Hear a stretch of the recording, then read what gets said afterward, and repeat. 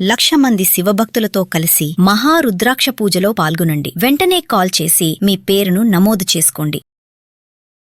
నమస్తే, welcome back to Suman TV. Present మనతో పాటు ఉన్నారు business analyst, financial analyst and retired bank employer Nanduri Ravikumar గారు.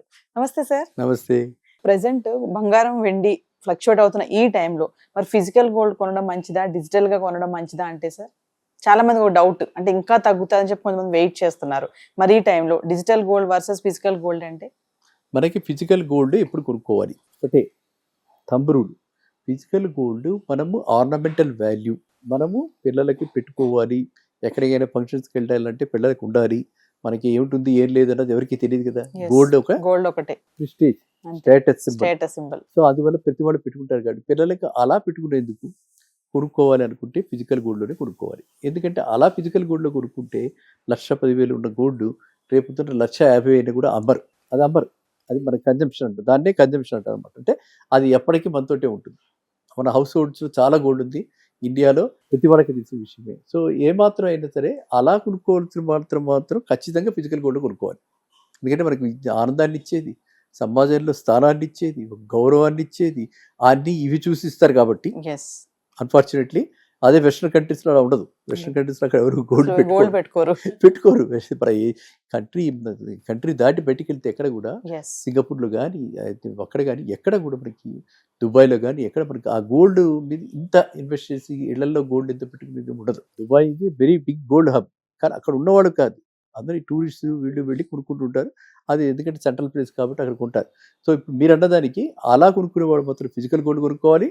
ఇంకా ఇన్వెస్ట్మెంట్ పర్పస్ ఇవాళ 1,00,000 పోతుంది, మళ్ళీ 1,50,000 అవుతుంది, మళ్ళీ డిస్టర్బెన్సెస్ వస్తాయి, గ్లోబల్ అన్సర్టనిటీస్ వస్తాయి, మళ్ళీ లైక్ సిచ్యువేషన్ వస్తుంది, లేదా వారే రావచ్చు, రెసెషన్ రావచ్చు, ఎన్నో రకరకాల అన్సర్టనిటీస్ ఉన్నాయి. ఇప్పుడు మనం తీసిన మనకు కనిపించేది చాలా తక్కువ డ్యామేజ్, కనిపించిన డ్యామేజ్ చాలా ఎక్కువ చేసింది ఎకానమీకి మన అయినటువంటి వారు. సో అట్లా జరిగినప్పుడు మనకి ఖచ్చితంగా గోల్డ్ మళ్ళీ పెరిగే అవకాశం ఉంటుంది. ఆ పెరిగినప్పుడు ఖచ్చితంగా మళ్ళీ మనం అమ్ముకోవడానికి వీలుగా ఉంటుంది. కాబట్టి అలాంటి వాళ్ళు డిజిటల్ గోల్డ్లో పెట్టుకోవాలి, అలాంటి వాళ్ళు పేపర్ గోల్డ్లో పెట్టుకోవాలి, అలాంటి వాళ్ళు ఎక్స్చేంజ్ ట్రేడెడ్ ఫండ్స్ అని చెప్పి గోల్డ్ ఎక్స్చేంజ్ ట్రేడెడ్ ఫండ్స్ ఉన్నాయి, వాటిలో పెట్టుకోవాలి. అలా రెండు కూడా, ఒకటన్నా కన్జంప్షన్ పర్పస్, ఒకటన్నా ఇన్వెస్ట్మెంట్ పర్పస్. మీరు ఏ పర్పస్ కొంటున్నారు అన్నది దాన్ని బట్టి డిసైడ్ చేసుకోవాలి. రీసెంట్ గా ఒక రీసెర్చ్ లో కూడా తెలిసింది, చాలా మంది బంగారం కొనే విషయంలో ఆర్నమెంట్స్ కోసం కొనకుండా, అంటే ఆభరణాల విషయంలో పక్కన పెట్టి ఇన్వెస్ట్మెంట్ పర్పస్ కొనే వాళ్ళ సంఖ్య ఎక్కువగా ఉంది అన్నట్టుగా రీసెంట్ గా ఒక వార్తల్లో కూడా వచ్చాయి సార్. మీరు కూడా చూసే ఉంటారు. ఎంత నిజం అంటారు అందులో? కరెక్ట్. ఎందుకంటే స్టాక్ మార్కెట్ అన్నది వాలటాలిటీ తోటి కూడి, చాలా వాలటాలిటీ ఎక్కువగా ఉంది కాబట్టి, అక్కడ ఎక్కువగా డ్యామేజ్ జరిగిపోతుంది కాబట్టి, రియల్ ఎస్టేట్లో గ్రోత్ లేదు కాబట్టి, పడకపోయినా పడ్డా గ్రోత్ అయితే లేదు రియల్ ఎస్టేట్లో లాస్ట్ 2 yearsలో. కాబట్టి మిగతా మూడో ఎసెట్ ఏమిటి? Bullion market. అందుకే ఇంతక్కడ మీకు చెప్పా, ఎసెట్ అలొకేషన్ మారింది. ఇది వరకు 10% కంటే దాటద్దు, గోల్డ్ అండ్ సిల్వర్ కలిపి టోటల్గా మన కార్పొరేషన్ 10% దాటద్దంటే ఇప్పుడు దాన్ని రివైజ్ చేసి 20% చేసి 15 to 20% పెట్టాలి మినిమం. ఎందుకు 15 to 20% పెడితే అక్కడ ఏమన్నా తగ్గినా ఇక్కడ ఇది ఎప్రిషియేట్ అవుతుంది కాబట్టి అది ఒక షాక్ అబ్జర్వర్ లాగా వర్క్ చేస్తుంది, మన పోర్ట్ఫోలియో దెబ్బతింది. అందువల్ల పోర్ట్ఫోలియో రిటర్న్స్ చూస్తాం అనమాట. అంటే మన మామూలుగా అనలిస్ట్ అంతా కూడా ఒక గోల్డ్ మీద ఎంత వచ్చింది, సిల్వర్ మీద ఎంత వచ్చింది, స్టాక్స్ మీద ఎంత వచ్చింది, రియల్ ఎస్టేట్ మీద ఎంత వచ్చింది అని ఐసోలేషన్లా కాకుండా ఆ బాస్కెట్ మొత్తం అన్నిటి మీద కలిపి ఎంత రిటర్న్ వచ్చింది.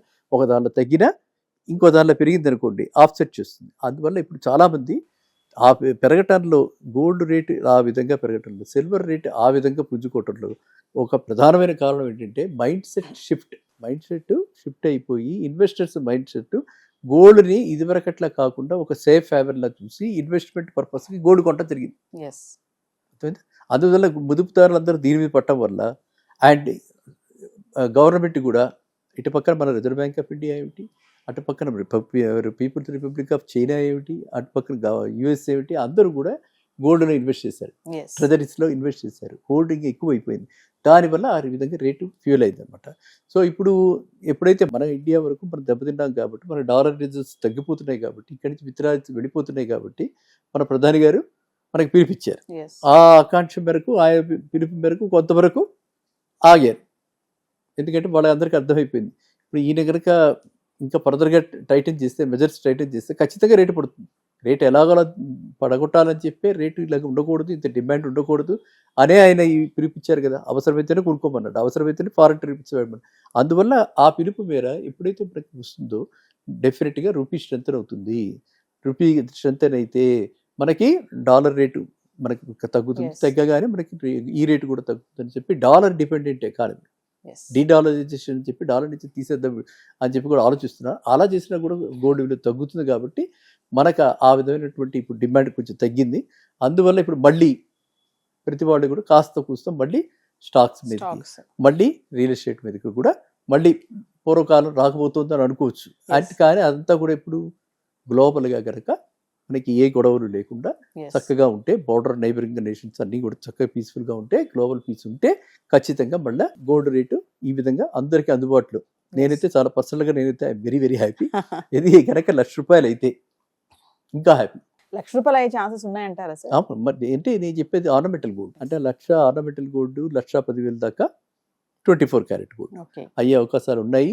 అండ్ ఇది రాబోయేది ఆషాఢ మాసం కాబట్టి ఈ 2-3 నెలల్లో మనం అది కూడా చూడొచ్చు. ఆ తర్వాత మళ్ళీ పుంజుకుని మళ్ళీ స్ట్రెంత్ అయ్యి మళ్ళీ వెళ్తుంది. Yes. ఎందుకంటే అక్కడ మళ్ళీ ఎక్స్పెక్టెడ్ కదా, ఏమి ఎక్కడ ఎంతవరకు కాంపెన్సేషన్ ఇస్తారు ఇరాన్ వాళ్ళకి, ఇరాన్ వాళ్ళు ఎంతవరకు సాటిస్ఫైడ్ అనేది మనకు తెలియదు. డ్యామేజ్ చూస్తే చాలా ఎక్స్టెన్సివ్ డ్యామేజ్ జరిగింది. సో అంత లాస్ని మరి వాళ్ళు రీకూప్ చేసుకోవాలి కాబట్టి వాళ్ళు ఎంత హ్యాపీయా లేకపోతే ఏంటి అది మనకు పూర్తి వివరాలు లేవు కాబట్టి మళ్ళీ రావచ్చు అని అనుకుంటున్నాం. అలా వస్తే మాత్రం మళ్ళీ పెరుగుతుంది. Yes.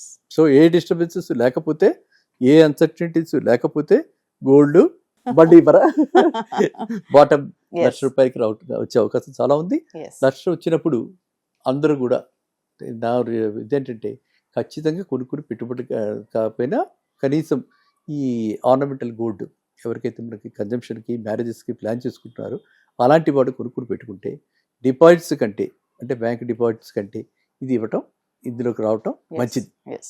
అది నా ఉద్దేశం. సో కమింగ్ టు ఇప్పుడు గోల్డ్ ధరలు ఇలా తగ్గుతున్నప్పుడు పెరుగుతున్నప్పుడు స్టోర్స్ వాళ్ళు కొన్ని ఆఫర్స్ పెడుతూ ఉంటారు.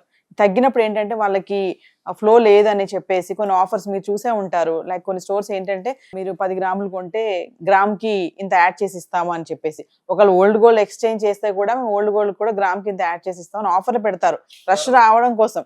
మరి వాటి జోలికి వెళ్ళడం ఎంతవరకు కరెక్ట్ అంటారు? అందులో ఏమన్నా స్కామ్స్ ఉంటాయా అంటే? అమ్మో, స్కామ్స్ ఇప్పుడు విపరీతంగా ఉన్నాయి. Hmm. మనం చూసాం ఎంతోమంది చిన్న చిన్న వాళ్ళని, అంటే రిప్యూటెడ్ కంపెనీస్, రిప్యూటెడ్ షాప్స్ పేర్లు చెప్పుకోకూడదు. Yes. ఎందుకంటే దొరికిన వాడు దొంగ, దొరకని వాడు దొంగ కాదు కాబట్టి దొంగని మనం అది వీడొక్కడే దొంగలాగా మనం మాట్లాడుకోకూడదు. కాబట్టి Yes.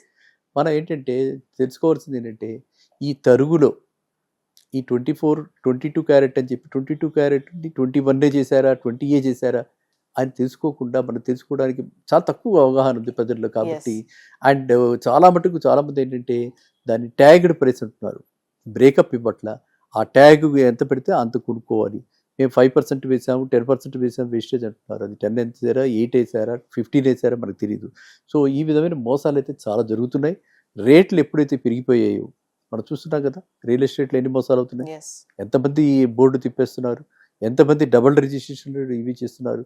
అంటే రకరకాలైనటువంటి మోసాలు ఎప్పుడైతే రేట్లు పెరుగుతాయో అప్పుడు అక్కడ చోటు చేసుకుంటాయి. కాబట్టి ప్రతి వాళ్ళకి కూడా ఏంటంటే గోల్డ్ తీసుకున్నప్పుడు దాంతోపాటు సర్టిఫికెట్ తీసుకోవాలి, మన కళ్ళెదురుగుండా దాన్ని వెయ్యి చేసుకోవాలి, దాని వెయిట్ ఏంటి, లాస్ ఎంత, దాని మీద మేకింగ్ ఛార్జెస్ ఎంత వేస్తున్నారు, పర్ గ్రామ్ ఎంత వేస్తున్నారు, ఇవన్నీ కూడా బ్రేకప్ తీసుకుని మనం ఇచ్చే బంగారానికి లాస్ ఎంత. వీరి దగ్గర కొనుక్కుంటుంటే లాస్ ఓన్లీ 10%, నా బంగారం తీసుకెళ్ళి పాతది కాబట్టి 20%. ఎందుకు? లాజిక్ ఎలా ఉంది? There is no logic. Yes. So ఈ విధంగా వీళ్ళు జిమ్మిక్స్ అనమాట, ఇవన్నీ బిజినెస్ జిమ్మిక్స్. ఒక రకంగా చెప్పాలంటే వాళ్ళు భ్రమపరిచి కూడా మన పాత బంగారాన్ని మన ఇచ్చేయమని భ్రమపరిచి కొత్త బంగారం ఇస్తున్నట్టుగా చేస్తూ ఉంటారు. కాబట్టి అది అంతవరకు అంటే ఆ ట్రాప్లో పడకుండా Yes. అవగాహనతోటి మనకి పాత బంగారం దాన్ని మనం వాడుకోవట్లేదు, ట్రెండ్ మారిపోయింది, కొత్తది ఏదో తీసుకోవాలనుకుంటున్నాం అనుకున్నప్పుడు మాత్రమే అలాంటి వాటికి వెళ్ళాలి. మార్చాలి. అంతే తప్ప ఏదో మీరు అన్నట్టుగా ఏదో ఆకర్షణ గురయ్యి ఆఫర్స్ ఆఫర్స్ అని చెప్పి దానికి అదొక ఆఫర్ అంటే ఆకర్షణే కదా, దానికి అలా మనం భ్రమపడి ఇదేదో వచ్చేస్తుంది కొత్త బంగారం పాత బంగారం ఇచ్చేద్దామని చెప్పి తెచ్చుకుంటే ఖచ్చితంగా అది ఒక ట్రాపే. అదొక ట్రాప్. అందులో కూడా నిగూఢమైనటువంటి మోసం ఉంటుంది. అది మనం ఎప్పుడు తీసుకోగలుగుతాం అంటే ఈ బ్రేకప్ అన్ని తీసుకుంటే Yes. మనకు అప్పుడు తెలుస్తుంది ఎక్కడ వాళ్ళు మన దగ్గర నుంచి తీసేసుకున్నారు అని తెలుస్తుంది అన్నమాట. ఎందుకంటే తరుగు అన్నది అవును. అంతటా యూనిఫామ్గా ఉండదు. వాళ్ళు 10% తరుగానంటే it can be only 7-8%. Yes. అది ఆ వృత్తిలో ఉన్న వాళ్ళకి, ఆ నైపుణ్యత కలిగిన వాళ్ళకి ఖచ్చితంగా తెలుస్తుంది. ఆ విధంగా వాళ్ళు ఏంటంటే ఆ 3% చాలు వాళ్ళకి, ఆ గెయిన్ చాలు వాళ్ళకి. మిగతా గెయిన్లు ఏమి లేకపోయినా 3% ఇస్ వెరీ గుడ్ గెయిన్ కదా. Yes. సో ఆ విధంగా వాళ్ళు వాల్యూమ్ అంటే ఒక రకంగా పెంచుకుంటూ ఈ విధంగా రకరకాలైనటువంటి ఇప్పుడు మీకు ఆషాఢ మాసంలో మీకు అన్ని ఐ థింక్ మీరు ఎదురు చూస్తున్నట్టు కనిపిస్తుంది నాకైతే. ఇప్పుడు అలాంటి 1,00,000 అంటే నేను ఇంకా ఆగాల్సి వస్తుంది సార్. అయితే ఇంతవరకే అవుతుందేమో ధర. ఇప్పుడు 12,000 ఉంది గ్రాము, ఇంకా తగ్గదేమో అనుకుంటున్నా. మీరు 1,00,000 అని చెప్తున్నారు లక్ష కాబట్టి దాకా వచ్చే అవకాశం చాలా ఉంది. అండ్ అప్పుడు డెఫినెట్గా మీలాంటి వాళ్ళు నేను చెప్పేది ఏంటంటే కొనుక్కోండి, ఫ్రెష్ న్యూ Yes. గోల్డ్ కొనుక్కుంటుంటే అక్కడ వేరే ఉంది. ఈ ఎక్స్చేంజ్ అని చెప్పి మనకు వాడుకోగలిగినటువంటిది కూడా ఒక year studs 4-5 grams year studs తీసుకెళ్ళిపోయి 3 గ్రామ్స్కే ఇచ్చేస్తే ఎంత లాస్ మనకి. మనం అది చూసుకోవాలి. చూసుకుని దాన్ని బట్టి మనం మీరు చెప్పినట్టుగా ఆకర్షణకి కాకుండా అంటే ఆఫర్కి మనం ఆకర్షితులయ్యి ఈ అవగాహనతోటి మనం ఎక్స్చేంజ్ చేసుకుంటే మనకి నష్టం ఉండదు.